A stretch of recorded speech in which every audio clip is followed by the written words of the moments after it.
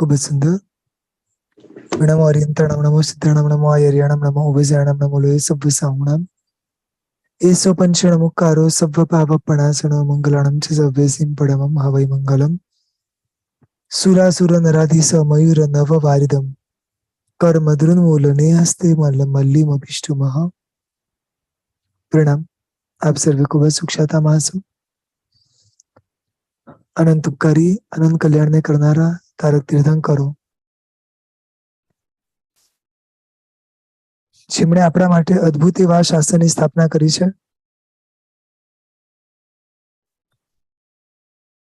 આજે એક નવું સ્તોત્ર શરૂ કરી રહ્યા છીએ, સૂત્ર શરૂ કરી રહ્યા છીએ. સ્નાતસ્યા સંતિકરમ સકલારત અધિશાંતિ, અને હવે બૃહદ શાંતિ એટલે કે મોટી શાંતિ.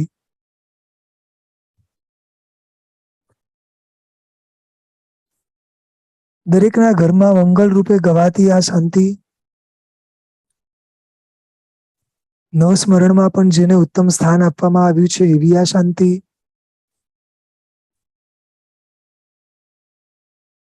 સ્નાત્ર પૂજાના અંતે જેના મંત્રોચ્ચારથી મહાઅભિષેક થાય છે, એટલે કે જે શાંતિ કળશ થાય છે આપણી ભાષામાં, એ આના જ મંત્રોના આધારે કરીએ છીએ આપણે. સરસ મજાની પ્રભુની સ્તુતિઓ આમાં કરી છે, પ્રભુની ભક્તિનું ફળ બતાવ્યું છે, પ્રભુના નામ સ્મરણની વાતો છે આમાં. સૌ પ્રથમ જે ગાથા છે એ પ્રથમ ગાથા અરિહંતનો પ્રભાવ બતાવે છે કે આ જગતમાં શ્રી અરિહંત પરમાત્માનો પ્રભાવ કેવો છે. જ્યાં સુધી તમને ને મને પ્રભુ સાચા ઓળખાશે નહીં, ત્યાં સુધી પ્રભુ પ્રત્યે અહોભાવ થશે પણ નહીં. શરૂઆતમાં પ્રભુ ચમત્કારી દેખાશે, કદાચ શરૂઆતમાં એ રીતે પ્રભુનો રાગ થશે, પણ જેમ જેમ સમય જશે તેમ તેમ પ્રભુ ચમત્કારીની પ્રભાવશાળી દેખાશે, ઉત્કૃષ્ટ પુણ્યશાળી દેખાશે. આ જગતના સર્વોત્તમ વિચારને કરનારા અને પોતાના વિચારોના આધારે ઉત્કૃષ્ટ પુણ્યનો બંધ કરનારા, તીર્થંકર નામકરણ દ્વારા અનેક જીવો પર ઉપકાર કરનારા દેખાશે.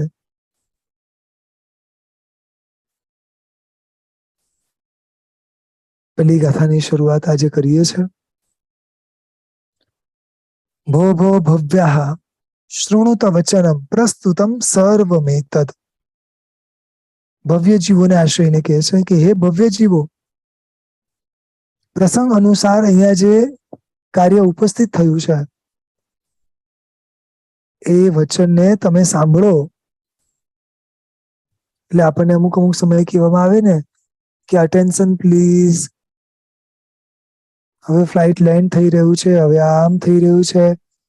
એવી જ રીતે અહીંયા આપણને કે છે કે તમે જ્યારે સ્નાત્ર કરો છો, તમે જ્યારે મોટા પ્રસંગો કરો છો, કે જે કોઈ પણ એવી અમુક ક્રિયાઓ કરો છો, તો એ સમયે અમુક વસ્તુને સાંભળવી, વાગોળવી અને એના આધારે શુભ ભાવમાં જવું બહુ જ જરૂરી છે. એટલે કે છે કે પહેલા તો તમે આ સાંભળો. પ્રસ્તુતમ સર્વમ એતદ. અહીંયા જે પ્રસ્તુત થાય છે એ આપને કહેવામાં આવી રહ્યું છે શૃણુત વચનમ. આ વચનને, આ વાતોને તમે સાંભળો. શું વાત કરે છે? હે યાત્રાયામ ત્રિભુવન ગુરો રારહતા ભક્તિ ભાજઃ તેષામ શાંતિર્ભવતુ ભવતા મરહદાદિ પ્રભાવા. દારોગ્ય શ્રી ધૃતિમતિ કરી ક્લેશ વિદ્વમ સહિત. બહુ સરસ વાત કરે છે. ત્રિભુવન ગુરો, આ પહેલો શબ્દ અહીંયા મૂક્યો છે. 3 જગતના ગુરુ છે. પરમાત્મા કેવા છે? તો કે 3 જગતના ગુરુ છે. એવા 3 જગતના ગુરુ એવા પરમાત્માની જે તીર્થયાત્રા છે. દેવતાઓ જે રીતે પરમાત્માની તીર્થયાત્રા કરે છે, એટલે કે પરમાત્માને મેરુ પર્વત આદિ ઉપર લઈ જાય છે, તો એ તીર્થયાત્રા કેવી હોય છે? એ જન્માભિષેકનો માહોલ કેવો હોય છે? ઇવન આપણે જયારે તીર્થયાત્રાઓ કરીએ ત્યારે આપણી તીર્થયાત્રાઓ કેવી હોય છે? શમણ શમણી ભગવંતો જયારે તીર્થયાત્રાઓ કરે તો એ તીર્થયાત્રાઓ કેવી હોય છે? તો કે 3 ભુવનના ગુરુ એવા પરમાત્માની જે તીર્થયાત્રા છે, એવા જે શ્રાવકો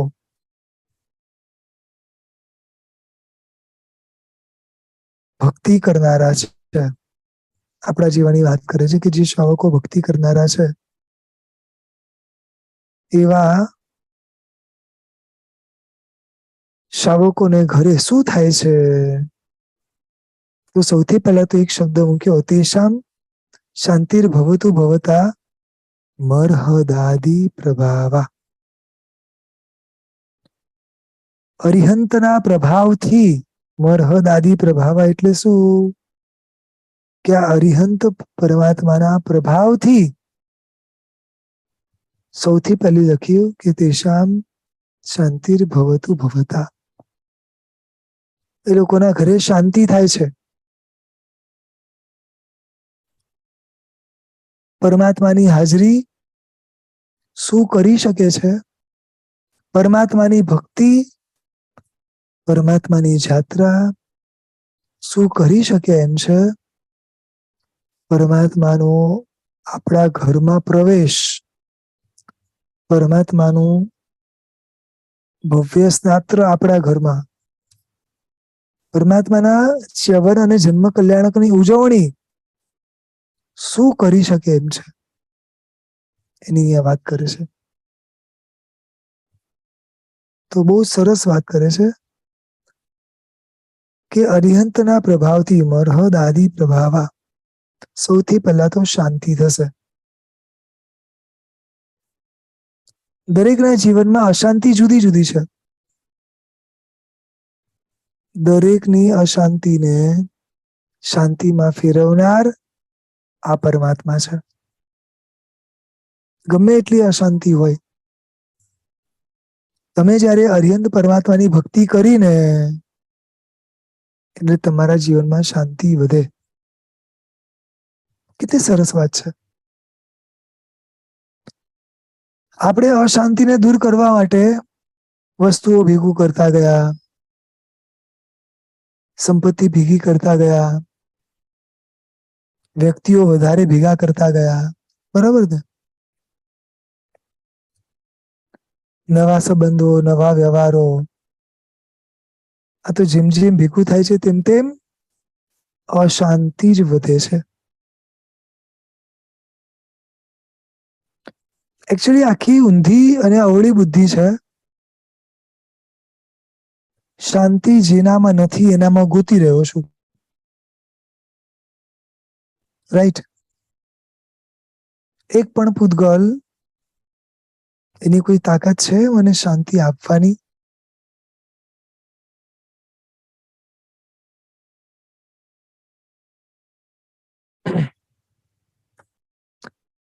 પાણીમાંથી તેલ નીકળે? જળ વસ્તુમાંથી શાંતિ ગોતવા નીકળ્યો છું. શાંતિ ક્યાંથી મળશે? તો કે માત્ર ને માત્ર અરિહંત પરમાત્માની ભક્તિથી. આજે નહીં તો કાલે, અનંત ભવ પછી પણ જ્યારે ઈચ્છા થશે કે ના બસ હવે શાંતિથી બેસવું છે અને હવે ખરેખર શાંતિનો અનુભવ કરવો છે, તો શું કરવું પડશે? અરિહંતની ભક્તિ.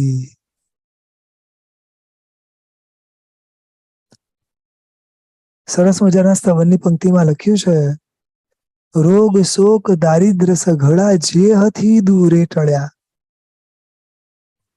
અરિહંત પરમાત્માની ભક્તિ જે કરે, અરિહંત પરમાત્માની સ્પર્શના જે કરે, શું થાય?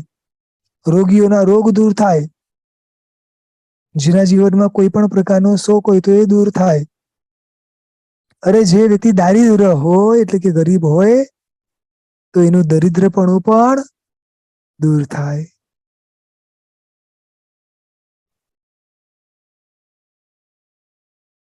કેટલી સરસ વાત છે.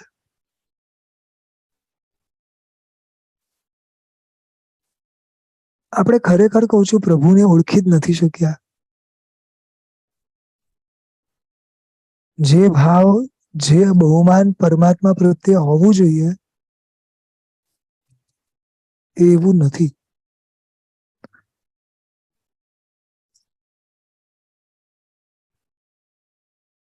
ફ્રીજમાં મુકાયેલો બરફ, એટલે કે જે પાણી મુકાયું છે અને બરફમાં રૂપાંતર થયું છે, તો ખબર છે કે આ બરફને સ્પર્શ કરતા ઠંડકનો અનુભવ થશે. પણ ક્યારે એવું વિચાર્યું છે કે પ્રભુને સ્પર્શ કરતા શાતાનો, શાંતિનો અનુભવ થશે? ક્યારે વિચાર્યું છે?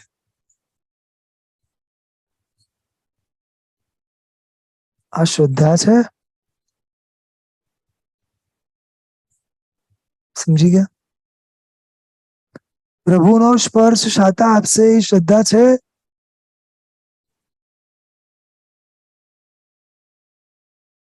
બરફ પર શ્રદ્ધા છે કે બરફનો સ્પર્શ ઠંડક આપશે? બોલો. પ્રભુ ઉપર નથી. મન જ્યારે જ્યારે અશાંત થાય ત્યારે ત્યારે પ્રભુનો સ્પર્શ કરવા દોડીએ છે કે બીજે બધે દોડીએ છે?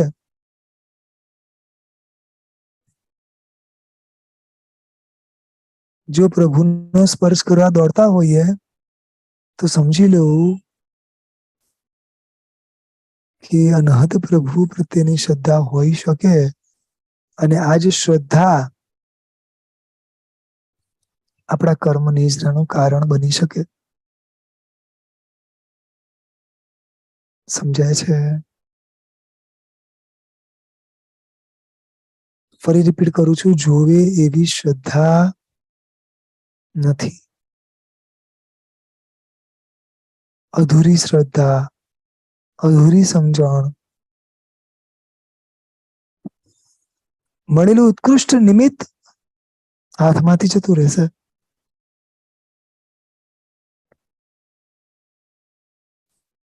એક મહાપુરુષ પ્રભુ વિશે કે બીજા મહાપુરુષ પ્રભુ વિશે કે દરેકે દરેક મહાપુરુષ પ્રભુ વિશે કે છે કે આવા આવા પ્રભુ છે, છતાં હજી આ પ્રભુ શાંતિને આપનારા છે એવું લાગતું નથી.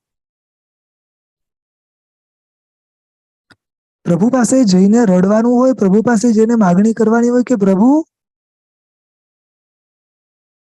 અસંતોષ નામનો દોષ મને સતાવી રહ્યો છે, મને આ સંતોષના દોષમાંથી બહાર કાઢો.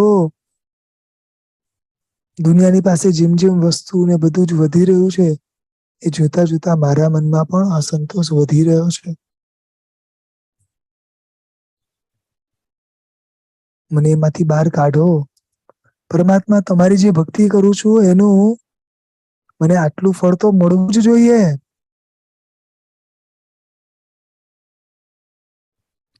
શ્રી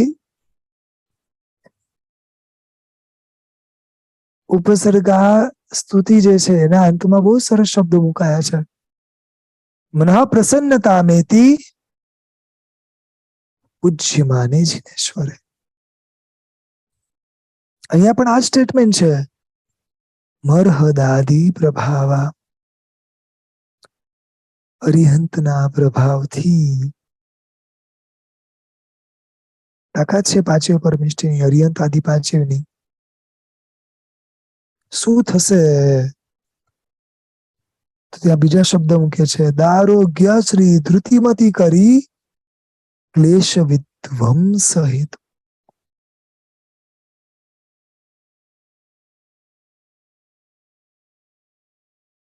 સૌથી પહેલી વાત, આરોગ્ય. આરોગ્ય નામની લક્ષ્મી બહુ જરૂરી છે. શરૂઆતમાં શરીર સ્વસ્થ હશે તો મન સ્થિર હશે અને કોઈ પણ સાધના સરળતાથી થઈ શકશે. શરીરમાં વેદના હશે તો મન ડિસ્ટર્બ હશે, કદાચ જોવી એવી સાધના નહીં થઈ શકે. એટલે કે છે કે આ અર્યંતના પ્રભાવથી શું મળશે? તો કે આરોગ્યનું સુખ.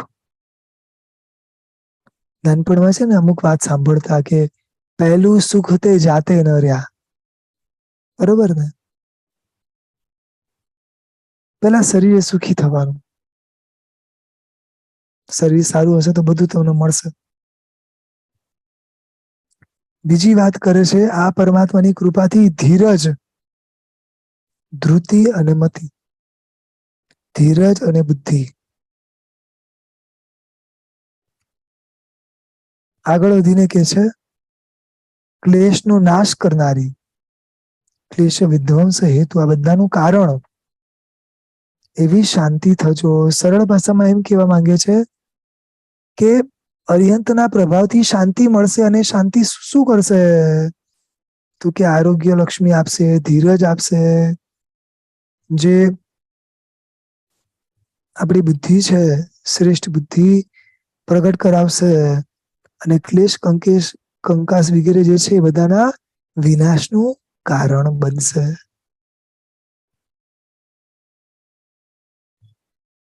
ક્યારે શ્રદ્ધાથી આ પહેલી ગાથા પરમાત્માની સામે બોલી છે? ધારો જ્ઞશી ધૃતિમતી કરી, ક્લેશ વિધ્વંસ હેતુ. પરમાત્મા આપના પ્રભાવથી શાંતિ ફેલાય જ. અને જેટલા પણ અશાંતિના નિમિત્ત છે એ બધા ધીમે ધીમે ઓછા થવાના જ. બસ આ શ્રદ્ધા વધારવાની જરૂર છે, બસ બીજું કઈ નથી.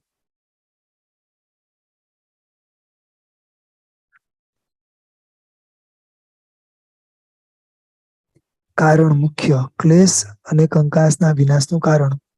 બોલો કોને ગમે છે ક્લેશ અને કંકાસ? કોઈને નથી ગમતો. હવે તો બીજું કોઈ પણ ઝઘડતું હોય તો આપણે કે શું જોઈએ છે અને આપને પૂરું કરીને.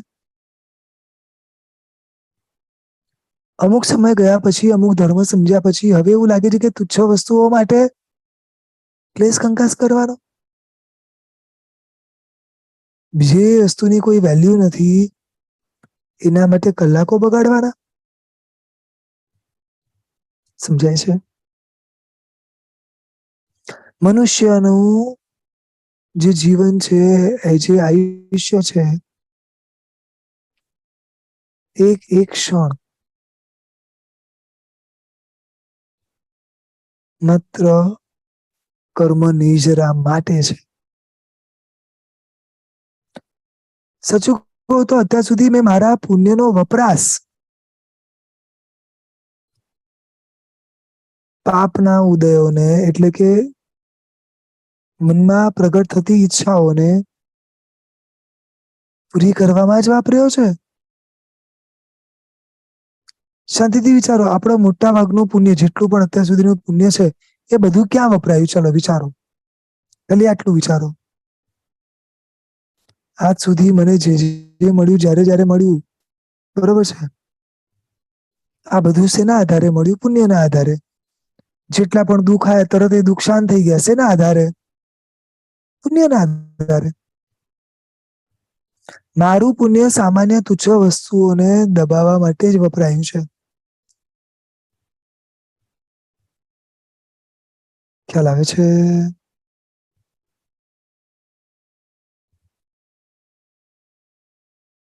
કેટલી બધી વાર પ્રભુ સામે સ્તુતિ કરી કે બહુકાળ આ સંસાર સાગરમાં પ્રભુ હું સંચર્યો, થઈ પુણ્ય રાશિ એકઠી ત્યારે જીનેશ્વર તું મળ્યો. આમ બોલવા તો બોલી જઈએ છે કે આટલું બધું પુણ્ય ભેગું થયું ત્યારે પ્રભુ તું મળ્યો. તો હવે પહેલા તું મળવા કેમ નથી જતો? કેમ પ્રભુને જોઈને કંટાળો આવે છે? કેમ દૂર થવાનું મન થાય છે? 2, 5, 10 મિનિટ સુધી બરોબર છે, પણ પછી વધારે લાંબા ભાવ ટકતા નથી. કારણ કે હજી જેવા જોઈએ એવા પ્રભુ ગમ્યા નથી.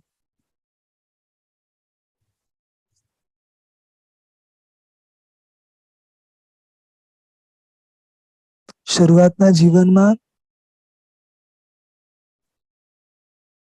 એક છોકરાને જેના પ્રત્યે રાગ થયો હોય એની પાછળ 2-2 કલાક, 4-4 કલાક, 5-5 કલાક બગાડે છે, કારણ કે એને એ સંસારનો રાગ છે. એને વ્યક્તિ ગમે છે એટલે એને 4 કલાક, 5 કલાક ક્યાં જાય છે ખબર નથી પડતી. આ બધા મહાપુરુષોને પરમાત્મા ગમે છે. એટલે એ લોકો સ્તવન બોલવા બેસે, કઈ પણ ભક્તિ કરવા બેસે તો એમને ખબર જ નથી પડતી. અને આપણા જીવને તો હવે ટાઈમ જોઈને ખ્યાલ આવે છે. એટલે ફરીથી આખી ગાથામાં એક જ વસ્તુ બતાડે છે કે એ ભવ્ય લોકો, પ્રાસંગિક જે અહીંયા વચન છે એને તમે સાંભળો, સમજો. 3 જગતના ગુરુ એવા પરમાત્મા, જેમની તીર્થયાત્રામાં જે શ્રાવકો મનુષ્ય ભક્તિ કરનારા છે, એટલે કે જે લોકો પરમાત્માની જે રીતે ભક્તિ કરી રહ્યા છે એ જ શ્રીમાનોને ત્યાં પરમાત્માની ભક્તિથી, એટલે કે પરમાત્માના પ્રભાવથી આરોગ્ય, લક્ષ્મી, ધીરજ, ધૃતિ વગેરે એક ગુણોનો ઢગલો થશે. બધું જ વધશે. ધીરજ એ વધશે અને બુદ્ધિ એ વધશે. ક્લેશ અને કંકાસે નાશ પામશે. એક વસ્તુ ખાસ ધ્યાન રાખજો. પહેલા નંબરનું પાપ છોડી દીધા પછી બીજું, ત્રીજું, ચોથું, પાંચમું કોઈ બી પાપ કરો ને તો એમાં પહેલા નંબરનું પાપ તો આવશે જ, ડાયરેક્ટલી ઇનડાયરેક્ટલી. ક્યાંક દ્રવ્ય હિંસા થશે, ક્યાંક ભાવ હિંસા થશે. સમજાય છે?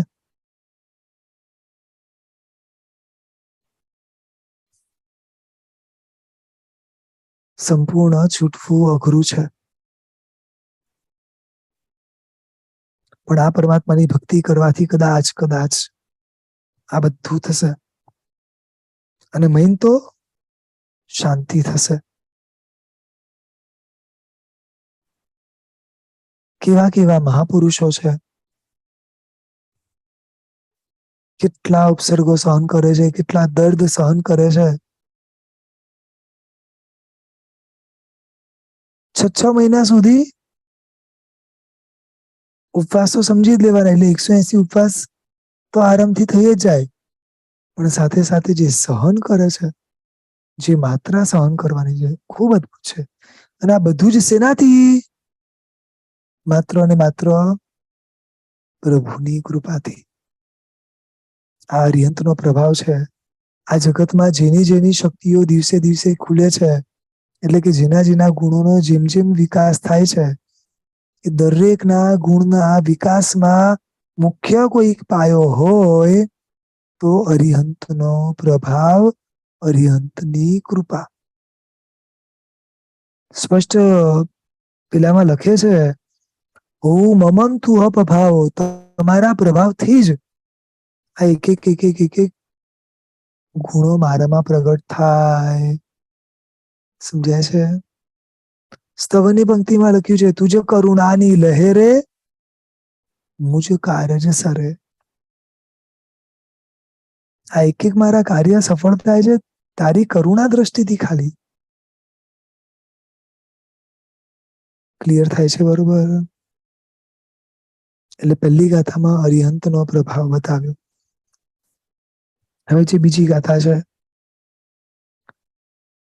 બીજી ગાથાની અંદર શાંતિની ઉદ્ઘોષણા કરે છે કે બધે શાંતિ શાંતિ થાઓ. કઈ રીતે? આખું પહેલા દેવતાઓનું બતાવે છે કે દેવતાઓ કઈ રીતે શાંતિની ઉદ્ઘોષણા કરે છે. એ રીતે મારે પણ શાંતિની ઉદ્ઘોષણા કરવી છે. તો સૌથી પહેલી વસ્તુ કે છે કે હે ભવ્ય લોકો. જો દરેક જગ્યાએ છે ને અહીંયા ભવ્ય લોકો શબ્દ વાપર્યો છે. આનો મતલબ શું થાય છે ખબર છે? અભવી જીવ ધર્મ ન પામે એવું નથી. અભવી જીવ પ્રભુને પણ જુએ, પ્રભુની દેશના પણ સાંભળે, બધું કરે, પરંતુ જે ભવ્ય જીવોને પ્રભુ પ્રત્યે બહુમાન ભાવ થઈ શકે છે ને, ભવ્ય જીવોને પ્રભુના એક એક વચન ઉપર જે શ્રદ્ધા થઈ શકે એમ છે ને, અભવી જીવમાં એ શક્ય જ નથી. સૌથી પહેલી એક જ વસ્તુ, મોક્ષ નામની વસ્તુ જ નથી માનતા. એટલે આ તો પહેલી અશ્રદ્ધા થઈ ગઈ પ્રભુના વચનો પ્રત્યે. સમજાય છે બરોબર? એટલે દરેક જગ્યા અહીંયા ભવ્ય જીવ અહીંયા મૂક્યું છે. હે ભવ્ય જીવો, ભવ્ય લોકા ઈ ભરત ઐરાવત વિધેય સંભવાનામ. આજ ભરતમાં, આજ ઐરાવતમાં અને મહાવિદ્ય ક્ષેત્રમાં સંભવિત એટલે કે થનારા જેટલા પણ તીર્થંકરો છે. શું વાત કરે છે? 5 ભરત, 5 ઐરાવત, 5 મહાવિદ્ય, આ 15 ક્ષેત્ર છે જ્યાં આગળ તીર્થંકરોના જન્મ થાય છે. બરોબર? અને એ 15 જગ્યાઓમાં, એટલે કે 15 જે કર્મભૂમિ છે એ જગ્યાની વાત છે કે એ જગ્યામાં જ્યારે જ્યારે પરમાત્માના જન્મ થાય છે ત્યારે ત્યારે શું થાય છે? તો હવે એક આખી વાત કરે છે. સમસ્ત તીર્થકૃતામ જન્મ, સમસ્ત તીર્થંકરોનો જ્યારે જન્મ થાય ત્યારે શું થાય? કે જન્મ ન્યાસન પ્રકંપાનંતર ભવધીના વિજ્ઞાય સૌ ધર્માધિપતિ. સૌથી પહેલી વસ્તુ તો એ છે કે પરમાત્માના જ્યારે જ્યારે જન્મ થાય ત્યારે ત્યારે ઇન્દ્રના સિંહાસન, એટલે કે સૌધર્મ ઇન્દ્રના સિંહાસન કંપાયમાન થાય.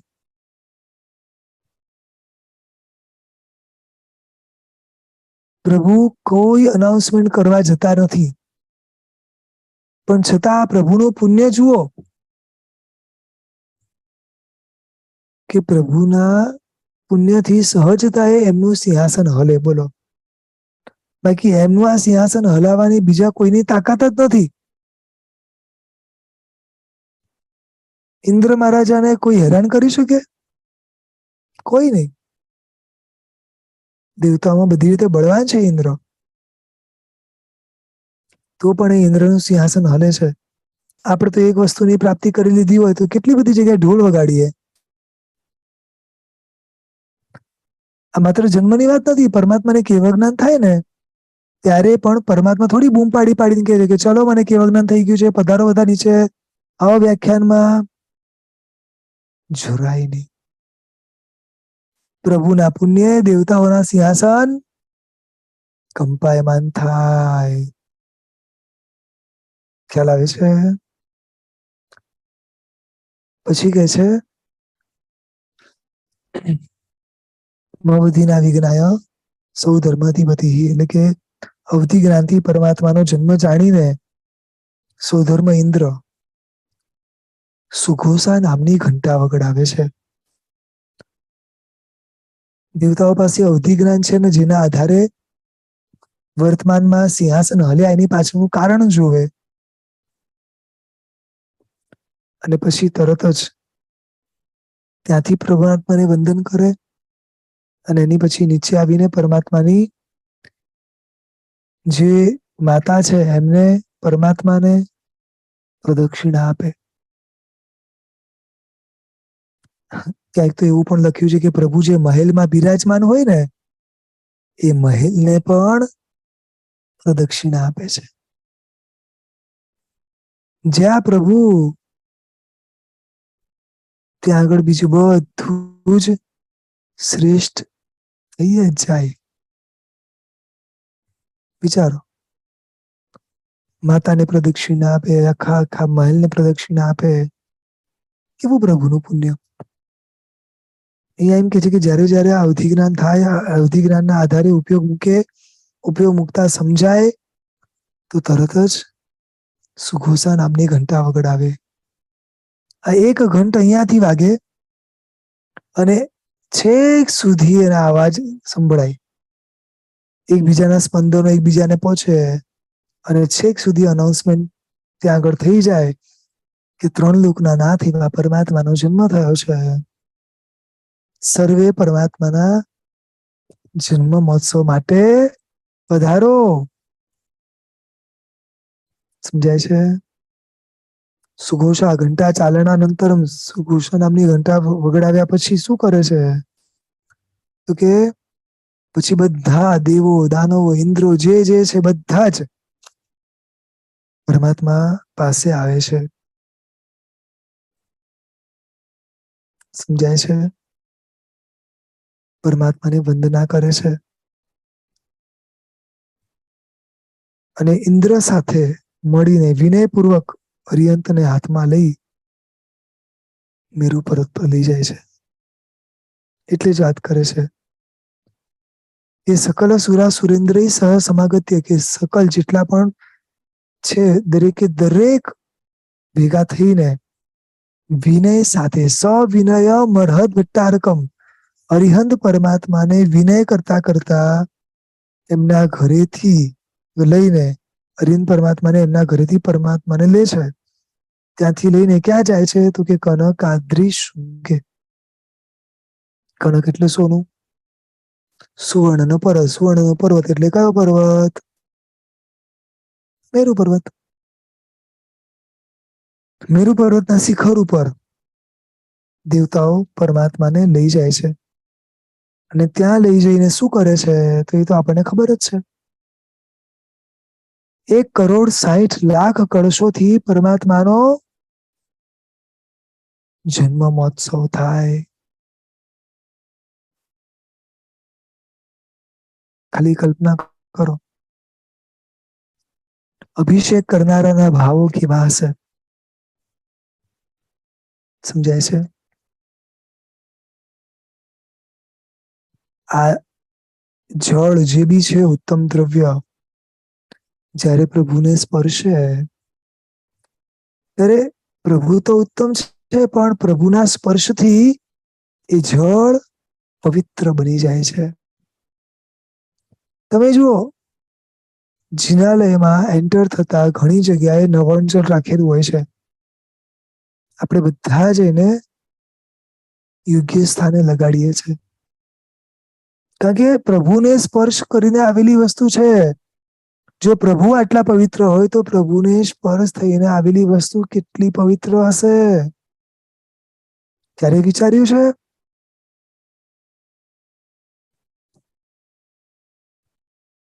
એટલે અહીંયા હવે એમ કે છે કે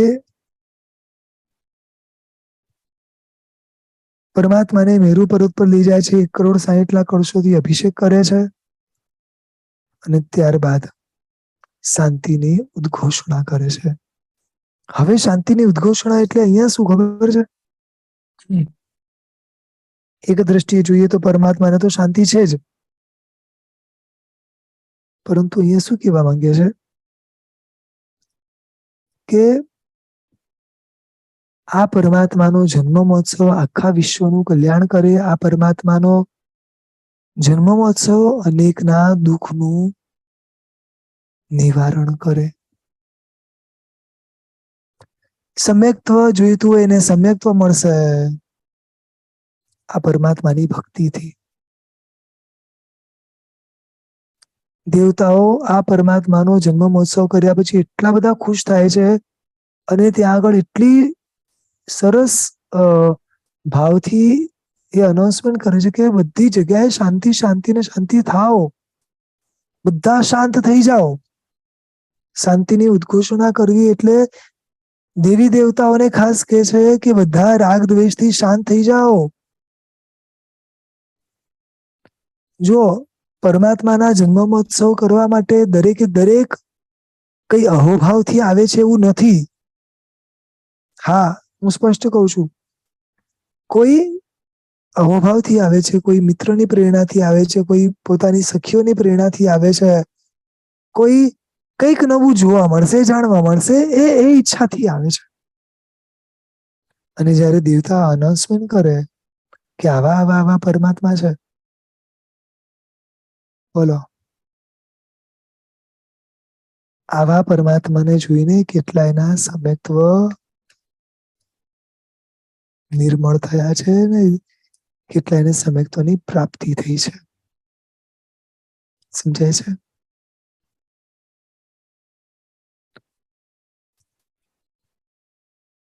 વિહિત જન્માભિષેક શાંતિ મુદ્ઘોષયતિ.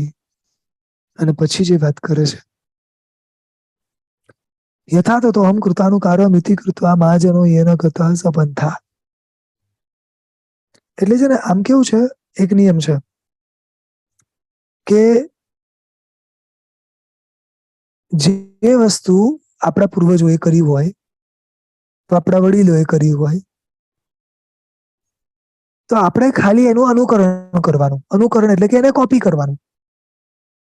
એ જે રીતે કરીને ગયા એ રીતે આપણે કરવાના પ્રયાસ કરવાના. સમજાય છે? તો કે કેવી રીતે કરવાનું એ વાત પાછળ આવશે. પણ એના માટે એક સ્ટેટમેન્ટ પણ આપ્યું છે કે આમ પણ નિયમ છે કે મહાજનો યેન ગતઃ સપંથા. મોટા પુરુષો જે માર્ગે જતા હોય એ માર્ગે આપણે જવાનું. હું જે બોલું છું સંભળાય છે? તો જાતે એનો આન્સર આપજો બોલીને. મોટા પુરુષે જે માર્ગે ગયા હોય એ માર્ગે આપણે જવાનું. વિચારીને હવે જવાબ આપજો. મોટા પુરુષો જે માર્ગે ગયા હોય એ માર્ગે મારે. હવે જો મોટા પુરુષોમાં પરમાત્મા છે, મોટા પુરુષોમાં સમણ સમણી ભગવંતો છે. એ કયા માર્ગે ગયા છે?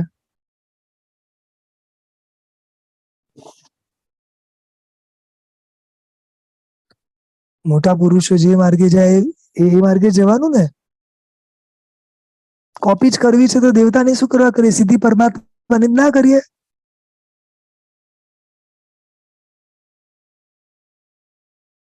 એક સાચી વાત કહું,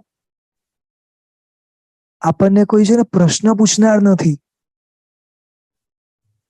કે તમે દીક્ષા ક્યારે લેશો. મને એવું લાગે છે કે નાનપણથી ખરેખર એક વ્યક્તિ આપણી બાજુમાં રાખ્યો હોત ને, ખાલી આ પ્રશ્ન પૂછવા માટે, તમે દીક્ષા ક્યારે લેશો? તમે દીક્ષા ક્યારે લેશો? પાપો વધી રહ્યા છે, દીક્ષા ક્યારે લેશો? આ ખાવાથી પાપના સંસ્કાર પડી રહ્યા છે, દીક્ષા ક્યારે લેશો? તમે સંસારમાં આગળ વધી રહ્યા છો, આનાથી તો સંસારના બંધનમાં આવી જશો, તમે દીક્ષા ક્યારે લેશો? ઓર પરિવાર વધ્યો તો પાછો પ્રશ્ન પૂછશે કે યાર તમે આની ઉલઝનમાં ફસાઈ જશો તો દીક્ષા ક્યારે લેશો? ચલો બધાને ધીમે ધીમે સેટલ કર્યા, પોતે સેટલ થયા, પાછા કોઈ પૂછશે હવે શું વાંધો છે? બધું જોઈ લીધું, બધું ભોગવી લીધું, દીક્ષા ક્યારે લેશો?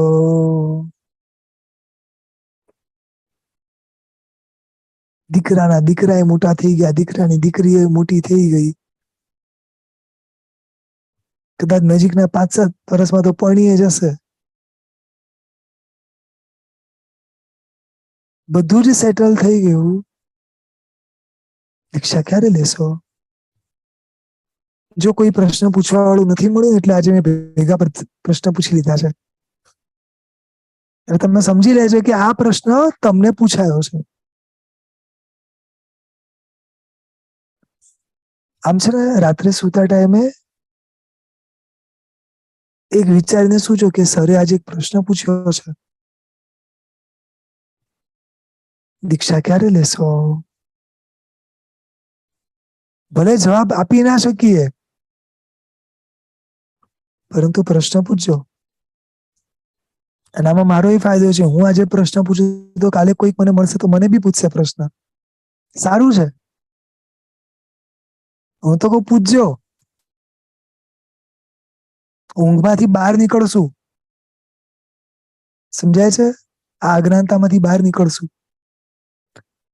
વાત અહીંયા ચાલે છે દેવી દેવતાઓની વાત ચાલે છે. ઇન્દ્ર મહારાજાની જે રીતે પરમાત્માનો જન્મ મહોત્સવ કરે છે અને એ જન્મ મહોત્સવ કર્યા પછી બધી જ જગ્યાએ શાંતિની ઉદ્ઘોષણા કરે છે કે આ મારા પરમાત્માનો જન્મ મહોત્સવ સકલ વિશ્વનું કલ્યાણ કરે.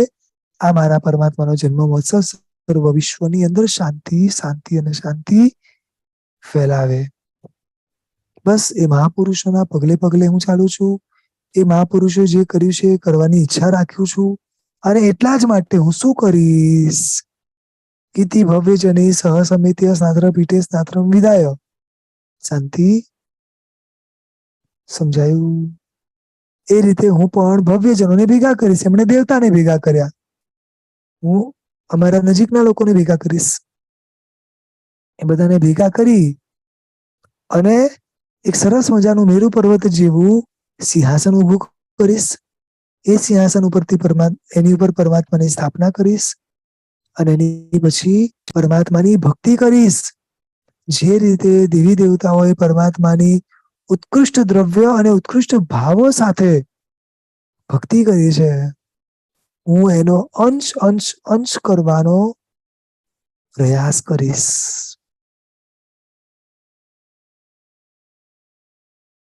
વાર્ષિક 11 કર્તવ્ય આવે છે આપણે ત્યાં,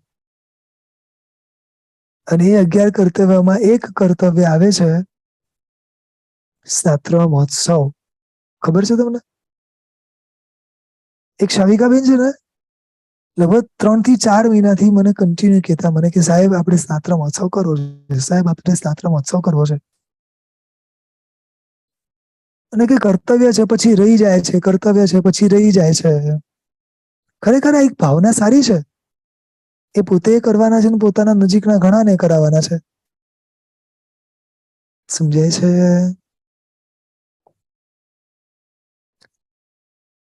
આ સ્નાત્ર મહોત્સવ હું પણ કરીશ એવું અહીંયા લખે છે. અને આ સ્નાત્ર મહોત્સવ કર્યા પછી શું કરીશ? આ બહુ મહત્વની વસ્તુ છે. શાંતિની ઉદ્ઘોષણા કરીશ.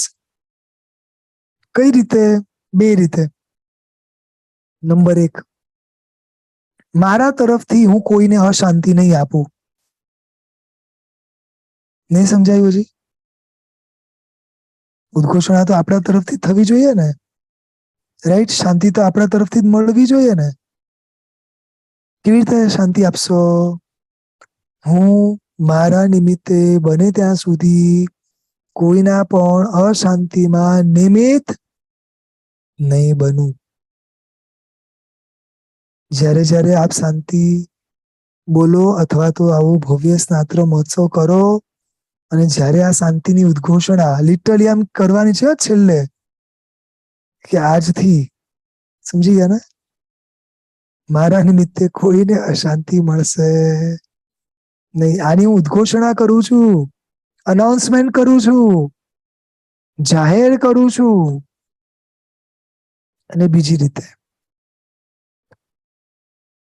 સંસાર છે, પૂર્વકર્મ જે પ્રમાણે બાંધ્યા છે એ પ્રમાણે નિમિત્તો આવવાના છે. પરંતુ આ દરેક નિમિત્તોની વચ્ચે હે ભવ્ય જીવો, આપ ખૂબ શાંત રહેજો. જ્યાં જ્યાં મનમાં અશાંતિ લાગે ત્યાં ત્યાં પ્રભુના વચનનું આલંબન લેજો. જ્યારે જ્યારે મન ડોળાય ત્યારે પરમાત્મા ભક્તિ વિશેષમાં વિશેષ કરજો. સમજાય છે? આ જાતને પણ કહેવાનું છે અને જગતને પણ કહેવાનું છે. એક એક શબ્દ સમજજો. ઘણી બધી વસ્તુઓ આની અંદર ભરેલી છે.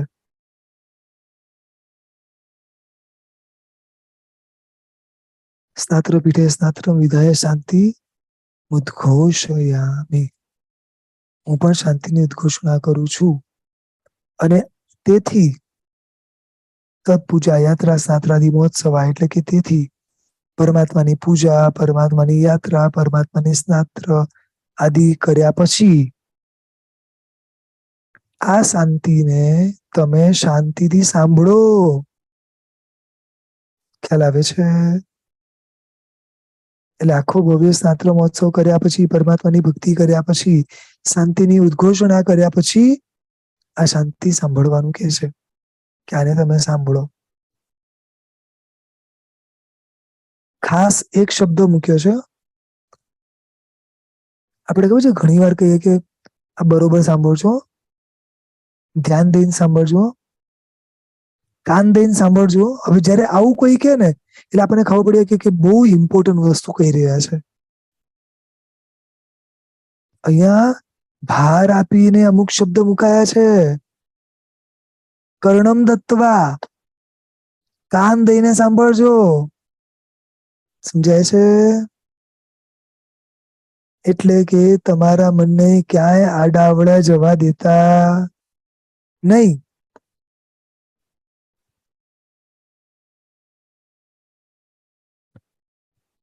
એની પછીની ત્રીજી ગાથા છે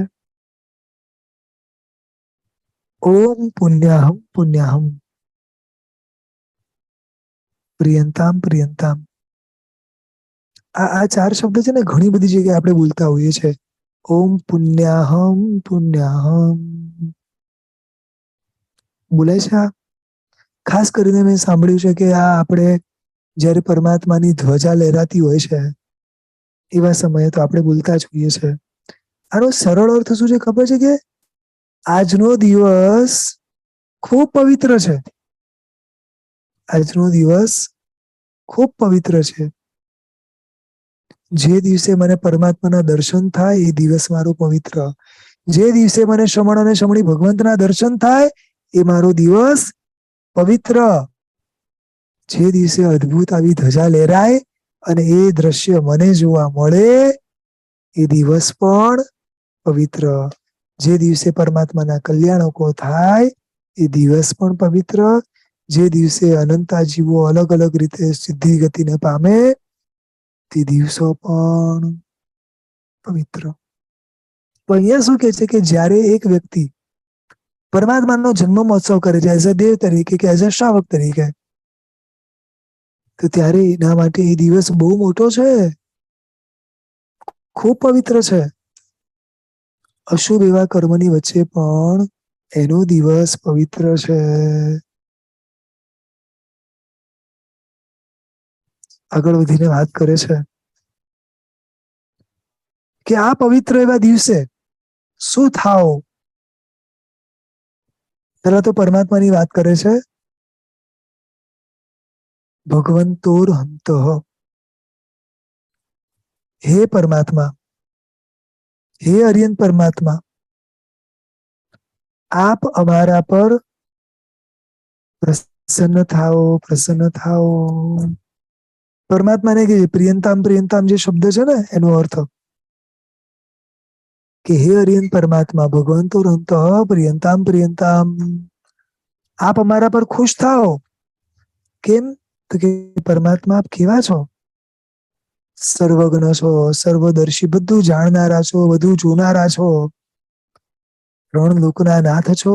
જે એક એક શબ્દ આપણે બોલીએ છે ને, ત્રી એટલે ત્રણ, આમ સ્ત્રી છે, જોડાણમાં પણ આપણે અલગ પાડીને બોલીએ છીએ ત્રિલોકનાથા. ત્રણ લોકના નાથ છો. સામાન્ય વસ્તુના માલિક નથી, આખા ત્રણ લોકના નાથ છો. સામાન્ય જીવના દુઃખ અને દર્દને સમજવા વાળા નથી, સર્વ જીવના દુઃખ અને દર્દને સમજનારા છો. સર્વ જીવનું યોગ અને ક્ષેમ કરનારા છો. સારા નિમિત્તોને આપનારા છો અને દરેક નિમિત્તના દરેક ભાવોમાં લોકોને આગળ વધારનારા છો અને ટકાવનારા છો. હે નાથ, આપ ત્રણ લોકના નાથ છો. ત્રણ જગત વડે પૂજનીય છો અને ત્રણ લોકને આપ પૂજ્ય છો. જો બે જુદા જુદા શબ્દ છે. ત્રણ લોક વડે આપ પૂજાયેલા છો એટલે કોઈ એવું નથી કે જેને તમારી પૂજા ના કરી હોય. અને એમને પૂજા નથી કરતા, તમને પૂજા એના માટે કરે છે કારણ કે ખરેખર પૂજ્યતા નામનો ગુણ તમારી અંદર છે. ત્રણેય જગત કરતા આપ સર્વશ્રેષ્ઠ છો. જેની જેની પાસે જે છે તે દરેક કરતા આપ શ્રેષ્ઠ છો. એટલે આપ દરેક માટે પૂજનીય છો. એટલે ત્રણેય જગત આપને પૂજે છે.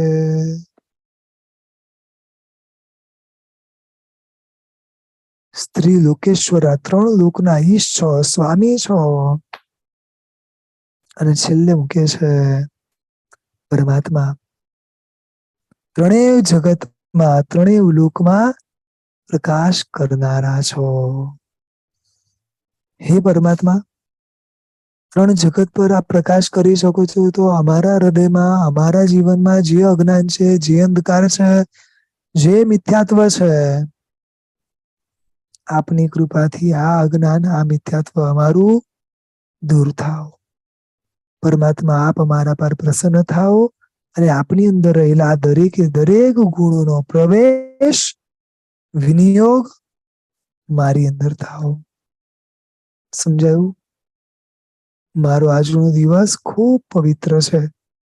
જે દિવસે પ્રભુ મારા પર પ્રસન્ન થાય, જે દિવસે પ્રભુની અનહદ કૃપા વરસે, એ દિવસ મારા માટે પૂજનીય છે. પ્રભુ પ્રભુ લાગે એ દિવસ પૂજનીય છે. પ્રભુની પૂજાના નિમિત્ત મળે એ દિવસ પણ મારા માટે ઉત્તમ છે. સરસ મજાની એક એક ગાથાઓમાં સરસ ભાવો મુકાયેલા છે. 3 ગાથા આજે કરી છે, બાકીની આગળ આપણે કરશું. પ્રભુની આજ્ઞા વિરુદ્ધ કંઈ પણ બોલાઈ હોય તો ત્રિવેદી મિચ્છામિદુક્કડમ. શાવિકાબેન સ્તુતિ બોલજો. પ્રણામ સર. હાજી પ્રણામ.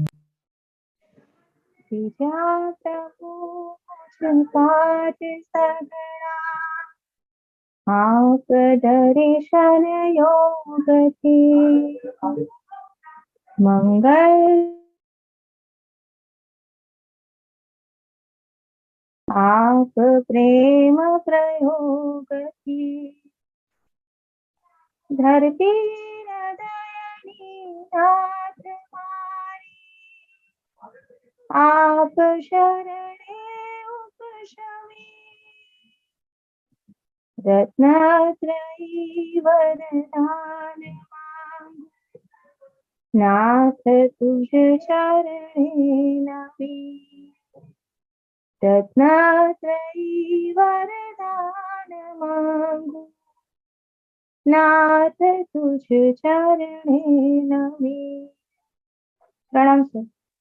પ્રણામ. ખૂબ જ સુંદર. પ્રણામ સર્વેશ્વર. તમારે જો ખૂબ ખૂબ ખૂબ શુભાવ મારે જો પ્રણામ.